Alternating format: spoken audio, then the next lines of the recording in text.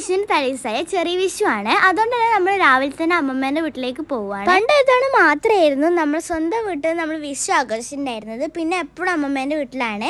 അപ്പൊ ഈ ഒരു വർഷം നമ്മൾ അങ്ങനെ ആവാൻ തന്നെ കരുതി. അടുത്തിവിടെ നല്ല പഴുത്ത് ചക്കയൊക്കെ കഴിച്ചിട്ടുണ്ടായിരുന്നു. പിന്നെ നേരെ നമ്മൾ ഫുഡ് കഴിക്കാൻ വേണ്ടി പോയി. നല്ല പച്ചടിയും ചോറും മീൻ വറുത്തും ഒക്കെ ഉണ്ടായിരുന്നു. ഫുഡൊക്കെ കഴിച്ച് കുറച്ച് നേരം റെസ്റ്റ് ഒക്കെ എടുത്തിട്ട് നമ്മളിപ്പോ നേരെ ഒരു ഷോപ്പിങ്ങിനായി ടൗണിലേക്ക് പോവാണ്. വിഷു ആയതുകൊണ്ട് തന്നെ നല്ല തിരക്കാണ്. അങ്ങനെ നമ്മൾ ഫസ്റ്റ് വന്നത് സൂര്യ സിൽക്സിലേക്കാണ്. അവിടുത്തെ ഒരു വലിയ തിരക്കിനുള്ള നമ്മൾ എങ്ങനെയല്ലോ സാധനങ്ങൾ വാങ്ങിച്ചു. പിന്നെ വിഷു സെയിൽ നടക്കുന്ന സ്ഥലത്തോട്ടായിരുന്നു പോയിട്ടുണ്ടായിരുന്നത്. എല്ലാ വർഷവും വിഷു ആകുമ്പോ ഇങ്ങനത്തെ സെയിൽ വരാറുണ്ട് കേട്ടോ. അങ്ങനെ നീണ്ടൊരു നടത്തതിന് ശേഷം നമ്മളിപ്പോ കുറച്ച് സാധനങ്ങളൊക്കെ വാങ്ങിച്ച് വീട്ടിലേക്ക് തിരിച്ചു പോവാണ്. ഈ ഒരു സമയം ആവാനായിരുന്നു ഞാൻ വെയിറ്റ് ചെയ്തിട്ടുണ്ടായിരുന്നത്. പടക്കം പൊട്ടിക്കൽ വിഷു ആയിക്കഴിഞ്ഞാൽ പടക്കം മസ്റ്റ് ആണ്. മെഴുകുതിരിയൊക്കെ വാങ്ങിച്ചിരുന്നത് നമ്മളിപ്പോ പടക്കം പൊട്ടിക്കാൻ പോവാണ്.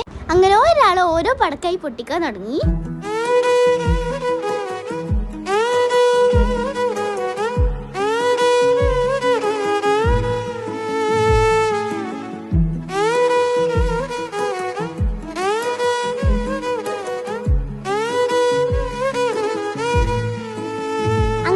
സെലിബ്രേഷനൊക്കെ കഴിഞ്ഞ് നമ്മൾ നേരെ ഇപ്പൊ അച്ഛമ്മേന്റെ വീട്ടിലേക്ക് പോവാണ്. അവിടുന്ന് പോയത് പടക്കപ്പൊടിയിലോട്ടായിരുന്നു. കുറച്ച് പടക്കം വീട്ടിലുണ്ട്, പക്ഷെ നമുക്ക് അത്രയൊന്നും പോയല്ലോ. അങ്ങനെ പടക്കവും വാങ്ങി വീട്ടിലെത്തി നമ്മൾ ഫുഡൊക്കെ കഴിച്ചു. പിന്നെ കുറച്ച് മധുരമൊക്കെ ആവാന്ന് കരുതി.